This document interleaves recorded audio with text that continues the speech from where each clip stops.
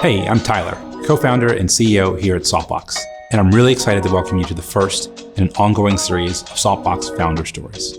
These are candid discussions with our members about their journeys in starting, operating, and scaling modern commerce companies. As you'll see, their companies vary quite widely in size and industry, and yet they all have one thing in common: Saltbox was built for them. In just a moment, we'll hear from Tracy Pickett, the founder and CEO of Hairbrella. Tracy and I discussed the power of intentionality and affirmations, the ups and downs of starting a company from her garage, the excitement of making her first $1 million, and the motivation that inspires her towards her next billion. I hope you'll enjoy.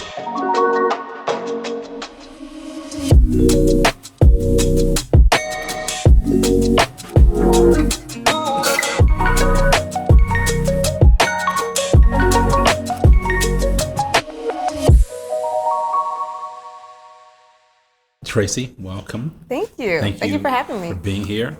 Founder and CEO of Hairbrella. Yep. Tell me a bit about Hairbrella. Well, Hairbrella is the world's first satin-lined rain hat. I designed it to solve the problem of women's hair getting ruined in the rain, something I dealt with. We started back in 2016 and have been growing ever since. Awesome.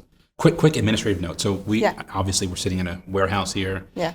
Could be we may hear some noises here and there. So okay. Don't let it throw you off. I'm used to it. Yeah, used to it exactly.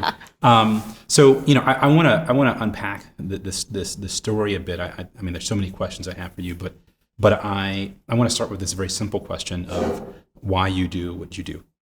Well, I've always been passionate about entrepreneurship, and I do feel like I'm a part of a generation that has a unique opportunity to actually create things that even just 20 years ago might have taken a whole lot of money or been, would have had to be a big corporation that already produces a certain type of product. But this is kind of the first time that we've been able to, at least as a Black female especially, have the resources to create. And I believe the onus is on us to make that happen and kind of push things forward and kind of make room for those that are coming after us.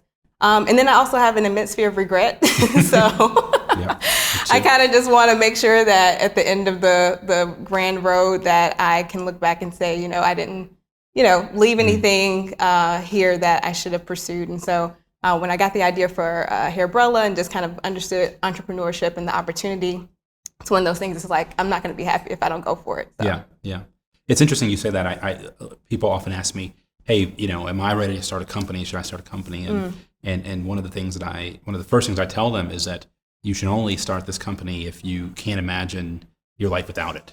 Absolutely, it's going to be very hard. Yes. And if you can envision a life that doesn't involve this, then you should just do that life now. So, yes, definitely, I would agree with that. I think you're spot on.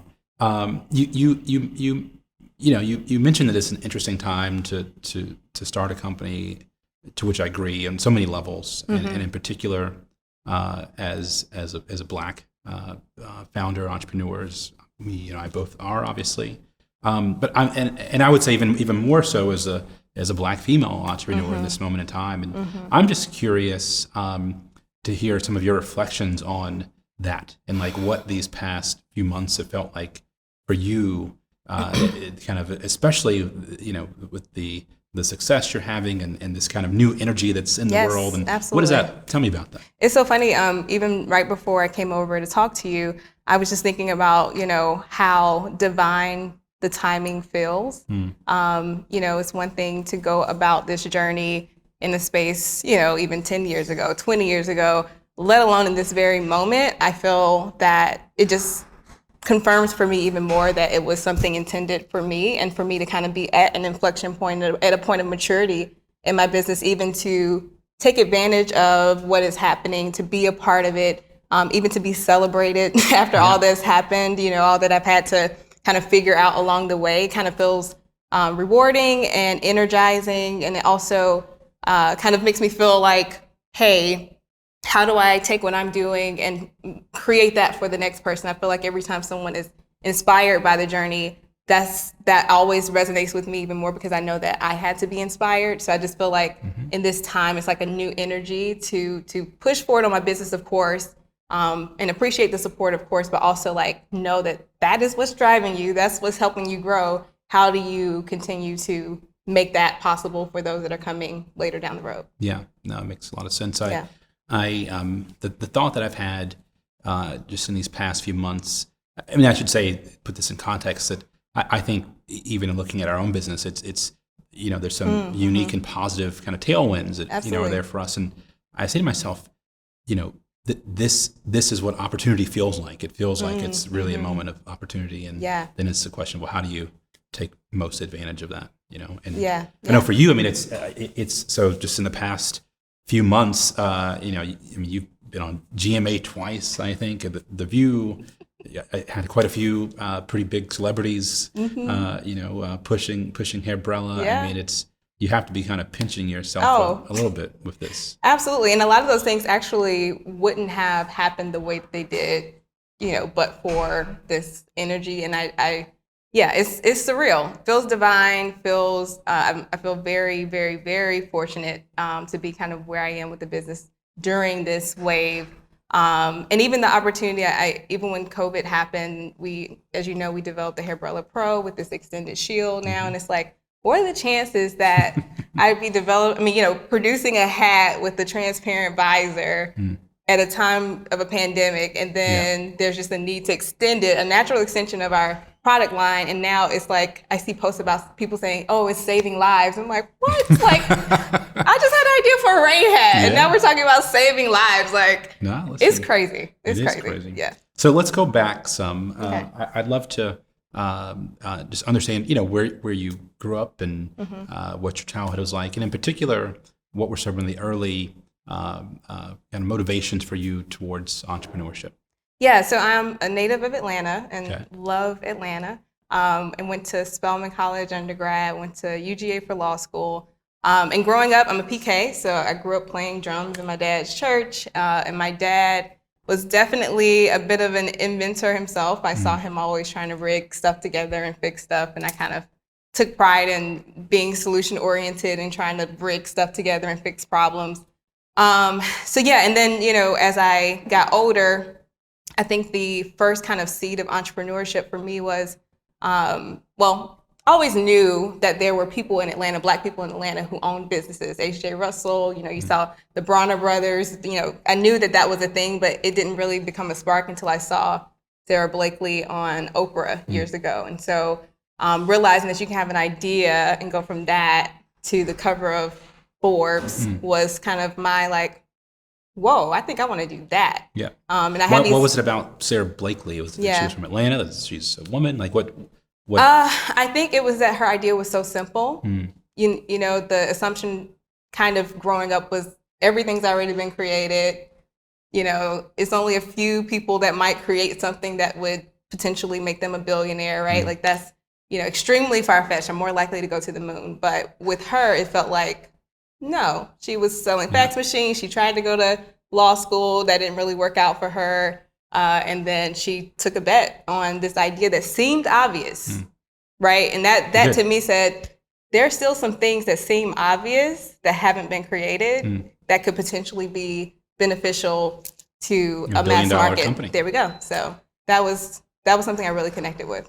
Yeah. And I have to just ask you, just as an aside, law school. I mean, how and why law school? Yeah, I think it's the traditional kind of family background that did that. I felt like I had a godmother who was a lawyer.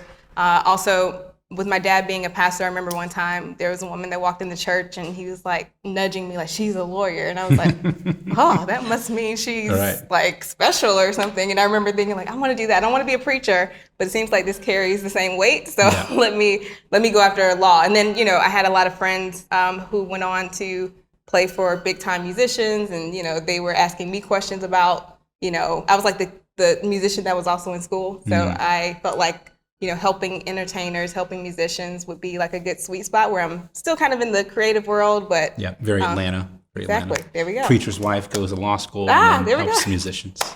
That's the headline. Good. Well, I'm glad you found your way to entrepreneurship. So, you started a company before Hairbrella. Yeah. Tell me a bit about that. The success you had and ultimately what you took away from that and into this next venture. Yeah. So I guess through college I had all these ideas that I written down, that jotted out. And I had a friend who I told about some of these ideas. He was like, you should really start. You know, I know you're going through law school and all this stuff and you're starting to work, but you need to get started. So I decided to pick off of this list an idea that I felt like wouldn't require me to leave my job, and that my friend and he brought on 2 other co-founders from Georgia Tech, and we all just agreed, like, this would be the idea we can try. We put in $2,000. What was the idea? Emoticon. Okay. So this was for an emoji app that would basically reflect the creative expression that we have every day in day-to-day conversations. But at that point, I think like the metric is like 60% of all communication is now happening over text or email. Back in 2013 and 14, and so I was like, this will be fun, and it's not going to hurt anything if it doesn't work. So we all put in $2,000, came up with the concept and all the artwork, and got an animator, and we. I posted about it and it went viral. And I remember thinking, like, did you have a social following at that time? Oh, like maybe 1,500 people or something like that. Yeah. Better than me. So, yeah. So it picked up a lot of like celebrities, and the premise too was that, I was really big, of course, in church culture. We have like our own vernacular, just like a lot of other niche cultures do. And I was like, we don't have a way to express this over text message. We need the assets to creatively express ourselves, right? And so that went all the way to getting number 2 paid in the entire App Store. We were second to World of Warcraft. Wow. And so that was really exciting. We held quite a few, rankings across the App Store. Eventually did a partnership with Getty Images for Women's History Month. It was called Femoji. And this whole time you're still working. So this is nights and weekends, yeah. Okay. And then we did a app with the city of Atlanta called One Atlanta Emoji. So like, there's an emoji for Keisha. Atlanta has a mayor named Keisha. It's an emoji. And so we just got and then of course the market started to change. A lot of other like Giphy and other platforms were developing more content. And mind you, back then there wasn't even like skin tones on emojis. Like there was nothing there. So as I saw the market, we were still getting some success, but I felt like the trajectory and what it would take to get it to a point where I saw like ultimate success would really require all of my energy. And I also felt very strongly about Hairbrella. And so I felt like I needed to kind of put that on autopilot, let it be there. Of course, there are lots of other apps out now. The market was super saturated. But I took a lot of learnings about how to build a team. We bootstrapped that business, so we didn't raise any money, but I think that kind of set my mindset about entrepreneurship, not taking on a ton of risk, kind of figuring it out at a very granular level, making sure it's validated first, then moving on, iterating on a product. So even though it was tech, I think there were a lot of the same like hurdles and, stages that we had to go through with Emoticon that are still relevant now. Interesting. So tell me, let's shift gears to Hairbrella. Okay. I'd love to know about what those early days were like. First off, where the inspiration came from, what those early days were like, and tell me about your first sale. Yeah. So early days, the inspiration came from me walking across campus after spending like 2 hours doing my hair and it being completely ruined when I walked into class. I've heard that quite a few times. And that persisted. I mean, it was one thing for me to be just getting my hair done as a teenager. My mom pays for it, and if it gets ruined, oh well. Right. But when I got to college, it was either my time or my money, which I didn't have a lot of. And I started realizing, like, this is terrible. I'm planning my life around the weather. And I don't understand why we are walking outside without something to cover our hair. But when we get in the shower, we wouldn't necessarily take that risk. So why isn't there something? So anyway, I then the first thing I did was look for information about getting a patent. How do I protect it? Yep. I was in law school. And I was like, I'm not going to put all this time and money if someone else can just copy what I do. So that was the initial process. And you got that patent ultimately. Yes, I did. And I actually did the provisional first because that's what I could afford. I saved the money to get the utility. And I kind of I think it was a Sunday and Monday was my deadline to apply, to spend the rest of the money. And I asked God for a sign, like, if I'm supposed to spend this money, please give me a sign. And so you were not yet selling the product? Oh, no. It wasn't even made. Oh, wow. Yeah. Okay. I was wearing a shower cap and a beanie on top of it. Wow. Okay. So that is a big risk to invest in this patent before you've even sold a single one of these things. Yeah. And in fact, if you look at the original drawing, it's not much like this one. Yeah. But anyway, so I asked for a sign. That's when I went to Nakado here in Atlanta, and Sarah Blakely was sat at my hibachi table with my family. That's a sign right there. Did you tell her about it? Did you discuss Yes, it? my mom made me. I actually didn't want to. I was like, I don't know. I can't talk about it. I don't have it, And my mom like reached over me. It's like, hi, my daughter. She has an idea. She wants to tell you about. I'm like, oh my God. I don't remember what I said. I'm sure it was terrible in terms of the pitch, right? I wasn't prepared. But I remember her. She just kind of looked at me and said, hey, a lot of people pitch me their ideas, but I feel really good about this one. You should definitely go for it. And that stuck with me. I can hear her saying that in my head. And so she left, paid for my whole family's dinner, we found out. And that was the last sign I needed. I emailed them the next morning. I said, hey, go ahead with the application. Yeah. It was a sign I couldn't ignore. And then I got to work on actually developing it, which was, probably 2 years of, again, night and weekends around eBodyCon, ordering stuff off Amazon, finding, consultants that did something similar to hat making. I had to go to a bag maker because they said, the components would actually more fit that, that kind of industry. Until I finally found someone here in Atlanta who I could sit down with and iterate on the product development.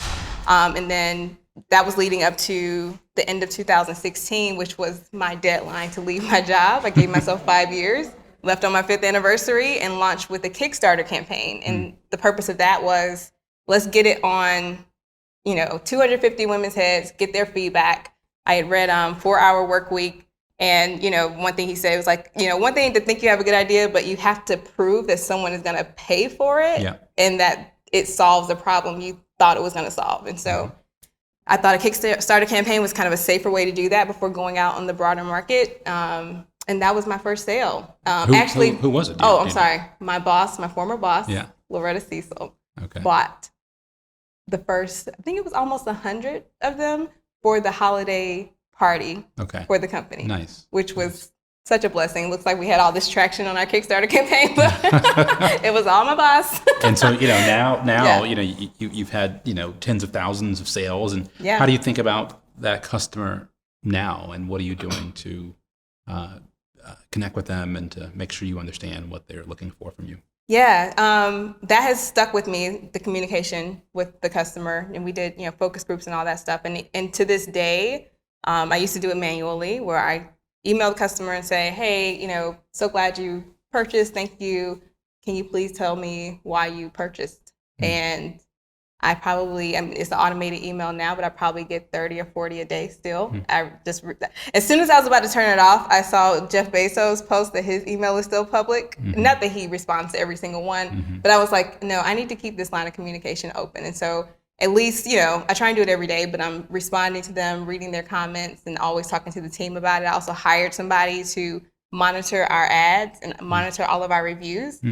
So we meet every week, and she's a stay-at-home mom, and she's like, this is, I can do this on my spare time, and she reports back to me what people are saying, and so that's how I continue to stay, connected and engaged with those customers. Yeah, great.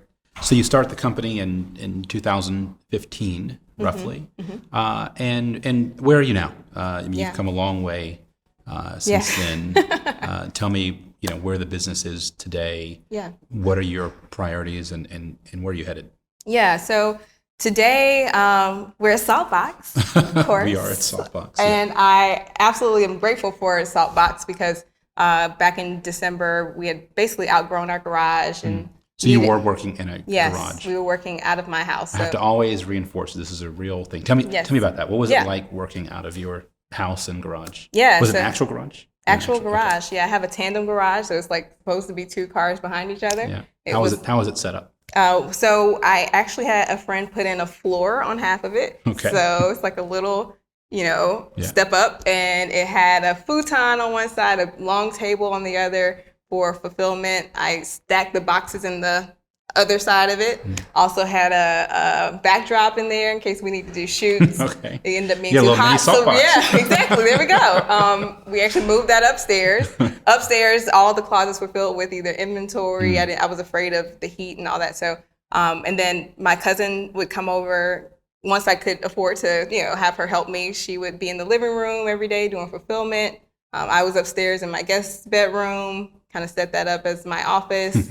It looks out, there's a view of the city there. So I kind of was like, oh, this is my corner office, right? Yeah. Like, and yeah, that's, that was the routine. We literally would put our packages right outside my door every day until we had to actually drive them over to the post office. I'm curious, like so I used to run a e-commerce operation out of a retail store, like kind of a strip mall, and we always had the hardest time getting the mail people to take it away because they're like, look, there's too much stuff, I don't have room, and this and that, the other, and it was a real pain. And, yes. Absolutely. I mean, I timed it. Like I knew when they were going to be coming around the corner. I just made sure that they stopped. I think Simone bought them donuts a few times just to kind of got a bride every exactly once in a while. So that was operation, and we knew we needed to move when I had my first pallet come and they almost broke the gate going to the garage, and I was like, oh, the HOA is going to kill me. So that's when we decided to make the transition. But yeah, we were in my home for that was 2.5 years. Wow. Yeah. Okay, good. I always wondered to myself how many people are in that position, and you've heard me say this before, but I think there's this very strong kind of dichotomy in our work, in that as e-commerce merchants or physical goods sellers, on the one hand, we have these beautiful websites and beautiful Instagram pages, and we're on Good Morning America, right? But on the other hand, there is this kind of relentless grind and physicality to the work. Yeah, and it's something you signed yourself up for when you decided to start an e-commerce business. And I just wonder how how you've dealt with that over the years. I know one of the things you did was to bring your cousin into the company. People often do that, if someone I can trust. And just talk about that a bit, of how you've made that aspect of the business work well for you. Yeah, and she really she was part of eBodyCon first. And then I was like, can you kind of split your time? She loved eBodyCon, and it still does, but I knew we needed to shift. And so I'm grateful, because I don't know who would have really signed up to do that kind of grunt work. Even, what I could pay, I wasn't even paying myself before I was paying her. And that has been just kind of a gift. I didn't have to hire somebody. I mean, of course, having someone in my house, definitely would want them to be family. Yeah, that would be ideal. And then even my godbrother, still creative director to this day, he kind of just had experience. I went to a Tri-Cities high school, so that was a performing arts school. The photographer and videographer pulled them in. Had a friend's sister who did makeup. So it was definitely a family thing. Like everybody who had a talent, come over and help with something. So that's been kind of how we were able to navigate. And gratefully, all those people are still with me, and we kind of outsource the stuff that we don't have the skill sets for. But within the team, we do have the core and what I feel like is the soul of Hairbrella, the creative aspects, the brand aspects, the voice aspects. We still are. You own those things. Yep, and that's really been important. And also the customer experience, customer service, customer experience. Kristen is now head of operations, so she oversees all of that. And so being able to keep that in the family was really important. It's worked out well for us. Absolutely. And how has Saltbox been helpful to you guys? How did you find this place, first off? Curious. I have to give a shout out to Gamal Kotner. I remember he did a story. He was leaving here late one night. First I'm like, wait a minute, is he in a big fulfillment center? I didn't know his business was right. Exactly. I'm like, oh wow, I'm behind. But no, I DM'd him. I said, what is this place?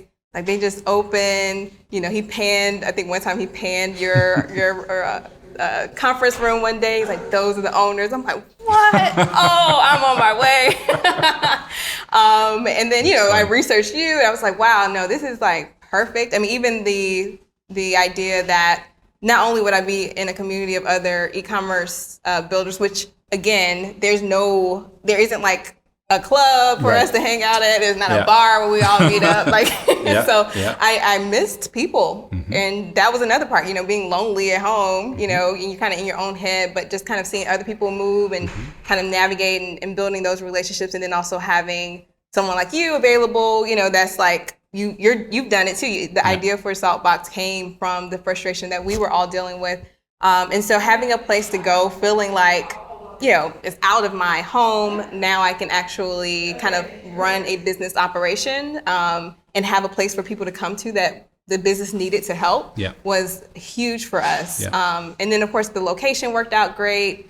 Even having a space to shoot, like there were so many things that felt like we could move forward. I know that we were kind of, we had maxed out the capacity and the ability to grow in my home. And so it was divine. The timing was divine, and everything worked out great, and we've loved it here ever since. Yeah, cool. Right. One of the things that is most that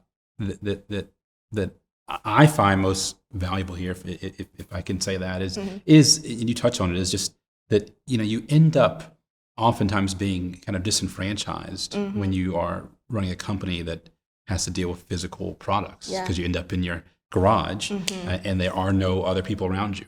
And you kind of you can lose your sense of place, and at some point even perhaps a little bit of the confidence and motivation that you need. And so that's one of the things that I find important about this. For sure. Last thing I want to go to is just I know that your spirituality, your intentionality plays a huge role in your life, and I'm assuming that goes back to your father and the way in which you were raised. But I'd love for you to talk about that some. I told you the other day that I started doing daily affirmations, and I got it from you. Cool.